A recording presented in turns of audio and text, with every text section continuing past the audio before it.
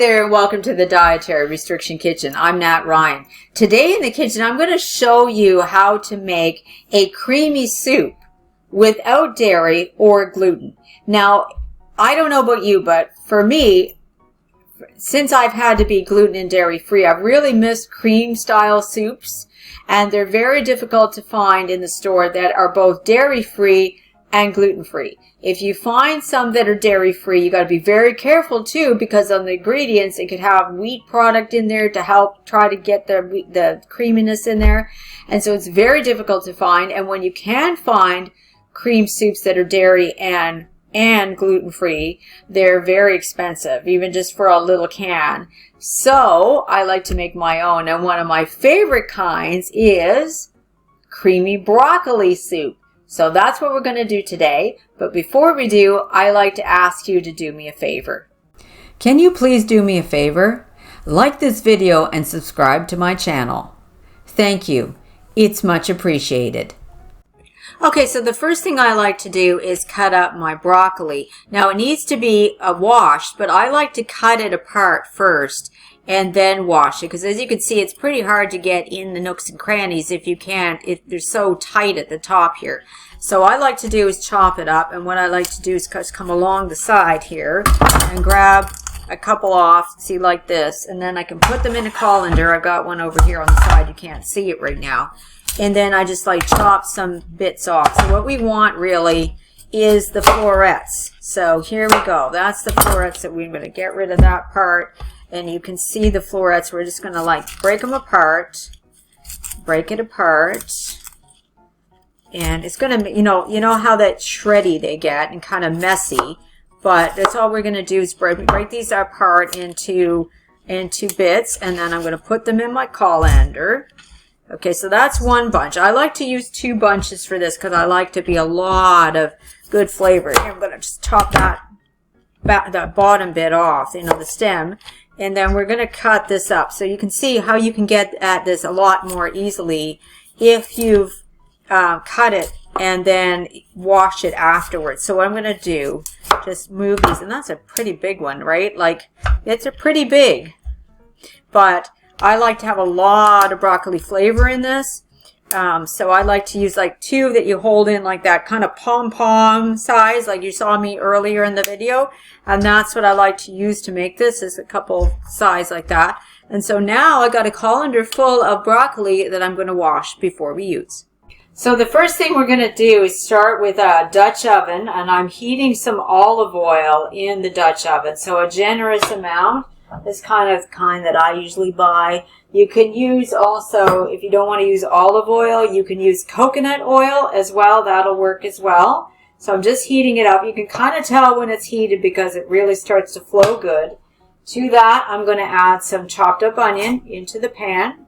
Oh, could have been a little hotter because it's not even starting to sizzle yet. So that's kind of like, okay, let's wait till that gets sizzling before we do anything else with it.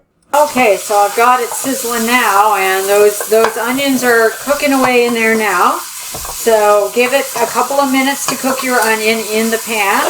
So you can see that, like that. So that couple of minutes of getting that onion going. And then we are going to add some chopped up garlic, right? So chopped up garlic goes right in there. So I use my fingers for this, but if you use a little, set that aside. And for garlic, you do not want your garlic to be to get too hot. So what I'm going to do is, right before you add something else, so you get just a minute or so with the garlic, and then we're going to add the broccoli, and we've got a lot of it here. So here goes.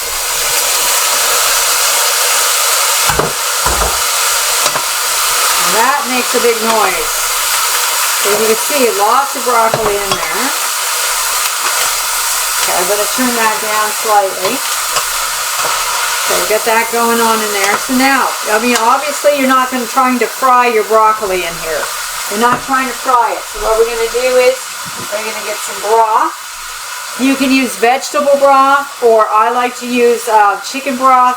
There's some homemade chicken broth in here. So I'm going to just pour my broth in here.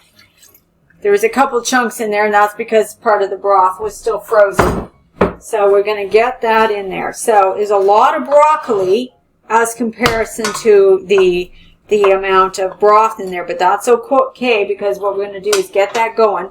I'm going to get that going on a boil, and then we're going to simmer it down. So first off, let's get it going and getting it on the boil here. So I've had it on with the cover on it. I'm going to take the cover off. It's not quite boiling yet. We want to bring that up to a boil. Now, the broccoli won't be completely submerged in the broth, but that's okay. Because as long as they're in there with it and it's sort of huddled in there, they will soften, which is what we're going to want them to do, this broccoli. While I'm waiting for this to boil, it's almost at the boil now, we're going to put in some seasoning, and that's just some sea salt and some basil. So dried basil and sea salt in there. I'm going to add that into it. And, you know, it's going to make a lovely smell because you get that basil in there. It smells amazing, okay? And then we're going to just let that, so it goes pretty flicked right now because it's flickied all over by that basil, that dry basil. If you wanted to use fresh basil, you could. I would do that later on so that the flavor of the basil doesn't get boiled away, right? So, but with dried basil, it's fine to use it right now. And so we're going to bring that up to a boil, and then we're going to turn down the heat, cover it, and simmer it for about 15 minutes to let that broccoli soften. And that's what we're going to do next. After it's simmered for about 10 or 15 minutes with the cover on, you can see that, I don't know if you can see that, but the broccoli has sort of reduced in size as it's given up some of its liquid.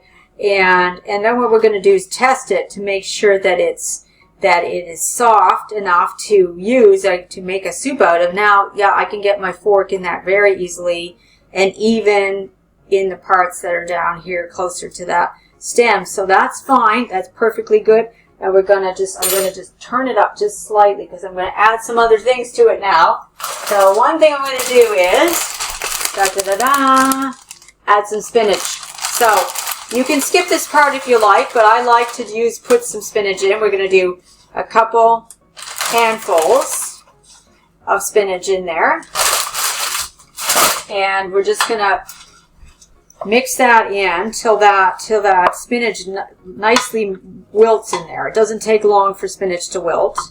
So it doesn't need to be boiled within an inch of its life or anything. It'll wilt very quickly. And as you can see, like you can hardly, you know, like it's not up here now. It's all down in the soup. So that's all that you need to do with that, with the spinach. I like adding the spinach because it adds that little bit more greenery to the soup. Because as broccoli cooks, you can see it starts to lose some of its color. If you add the spinach in, it will boost up that green color again. And then one more thing we're going to add in here is a can of coconut milk. You can also use almond milk or oat milk to make this, but I like to use coconut milk. I have it in a bowl, and what I was doing with it, I had to give it a bit of a whisk.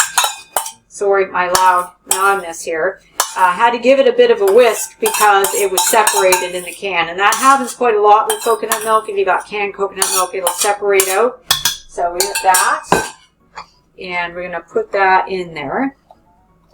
So there we go. Some coconut milk bits in there, but they will melt up in there anyway. So there we have it. There's the soup like that, but we're not going to leave it like this. You could eat it this way if you wanted, but what we're going to do is cream that together. So we need to blend it, and that's what we're going to do next.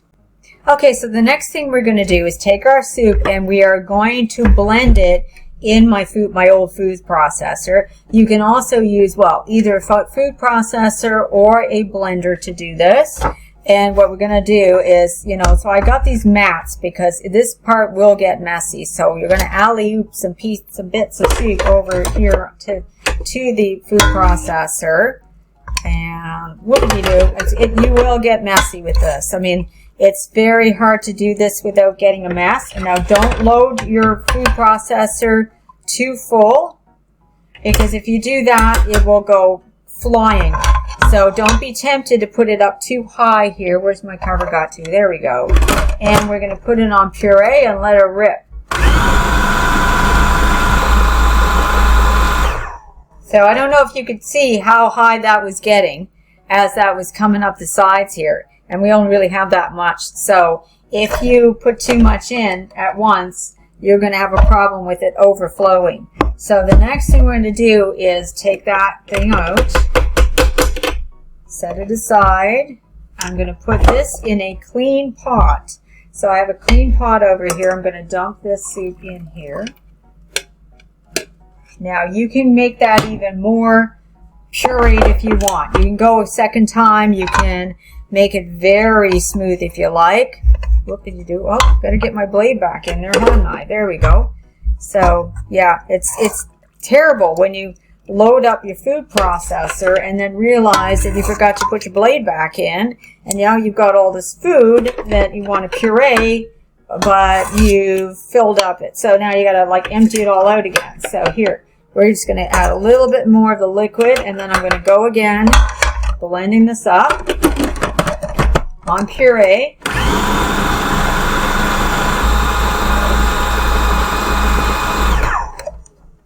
Okay, so there we go. We got a second go here. Yeah, as you can see, it's messy as all get out. Okay, so there we go. I'm going to put it in that pot again. That's that pot on standby there. And as you can see, I don't know if you can see that I got a little bit of mess here. So it does kind of overflow a little bit. You really got to be careful how much you're putting in to your food processor blender at one time. Believe me, the first time I ever used my food processor for something like this, oh my gosh, it went flying everywhere because I overloaded. I mean, like crazy overloaded it. So yeah, and I'm like, oh my gosh, what was I thinking?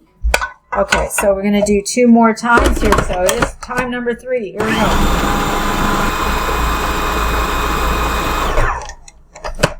Like I say, if you wanted to puree this until you can't see any little bits in it hardly at all, then you go for it. But I like it to be a little itty bitty anyway. I don't mind that. And then I'm putting it in my other pot. You want to strain it even. Maybe you want to make it a bit more fancy, or you don't want any bits. Another thing you could do is strain those bits out, so you don't have to worry about that at all. Now, I may be able to get the rest of this in there. Let me just see. I'm going to do something here. Hope I don't splash it all over my camera. No, I didn't. Oh, well, wonders never cease. Because I'm telling you, I'm very messy in the kitchen. Again, I'm not wearing an apron today. I don't know what's up with that lately with me. But anyway, okay, so then, oh, piece of onion I'm missing. Okay, last go. Last go. Here we are. Let her rip.